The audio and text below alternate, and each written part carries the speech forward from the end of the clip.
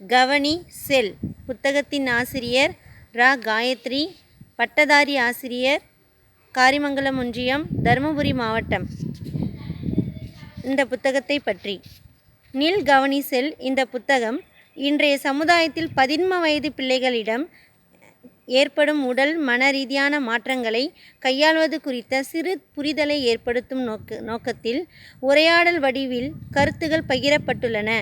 பதின்ம பருவமான 13 முதல் 19 வயது வரை ஏற்படும் உடல் மன மாற்றங்களை நின்று கவனித்து செயல்பட்டால் நிச்சயமாக உடலும் மனமும் ஆரோக்கியமாக இருக்கும் என்பதை இதன் மூலம் படித்து உணர்ந்து பாருங்கள்.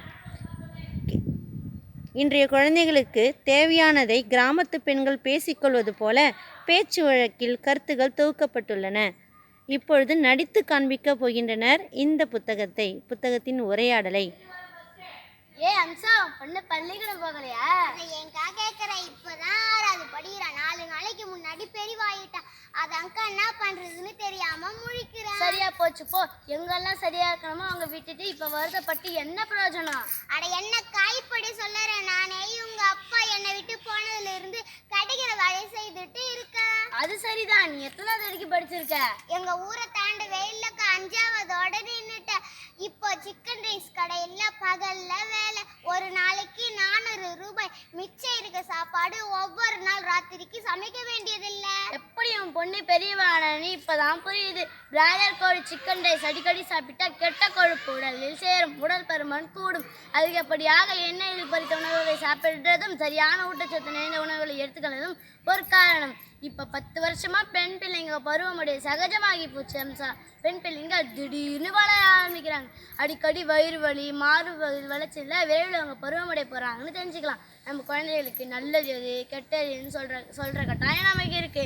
அப்படியாக்கா? இன்னும் கொஞ்சம் விவரமா சொல்லுங்க அக்கா. சொல்கிறேன் கேளு அம்சா. உடம்பை முதல்ல சுத்தமாக வச்சுக்கணும். துவைச்ச துணிகளை போடணும். 13 முதல் 19 வயசு பிள்ளைங்களுக்கு வேர்வை அதிகமாக ஒரு முகத்தில் முகப்பருவம் கூட வரலாம். அந்த காலத்து பசங்க உடம்பை முதல்ல சுத்தமாக வச்சுக்கணும். கடையில் கிடைக்கிற எதையோ பயன்படுத்துவதை தவிர்க்கணும். நல்ல சுத்தமான உணவுகளை சாப்பிடணும். அக்கா, என் பொண்ணு காயெல்லாம் சாப்பிடுறதே இல்லை. என்ன பண்றதுன்னு தெரியலக்கா. இந்த காலத்து பசங்களுக்கு காய்கறிகள் கீரைகள்லாம் பிடிக்காம போச்சு. நூடுல்ஸு, பப்ஸு, கேக்கு இதெல்லாம் தான் பிடிக்குது. இந்த பழக்கத்தை எல்லாம் கொஞ்சம் கொஞ்சமாக நாம தான் மாற்றணும். கீரைகள், கொட்டைகள், பழங்கள், காய்கறிகள் இது எல்லாத்துலேயும் உடலுக்கு தேவையான சக்தி இருக்கா. இப்போ சாப்பாடு தான் பிற்காலத்துக்கு சக்தி கொடுக்கும். அந்த காலத்தில் நம்ம தாத்தா பாட்டியெல்லாம் ஆரோக்கியமான உணவு சாப்பிட்டதால் நோய் இல்லாமல் ஆரோக்கியமாக இருந்தாங்க. நீண்ட நாட்கள் வாழ்ந்தாங்க. ஒன்று சொல்ல மறந்துட்டேன், அவங்களுக்கு தேவையானதை தரலைன்னா நம்மளை எதிரி மாதிரி நினைப்பாங்க.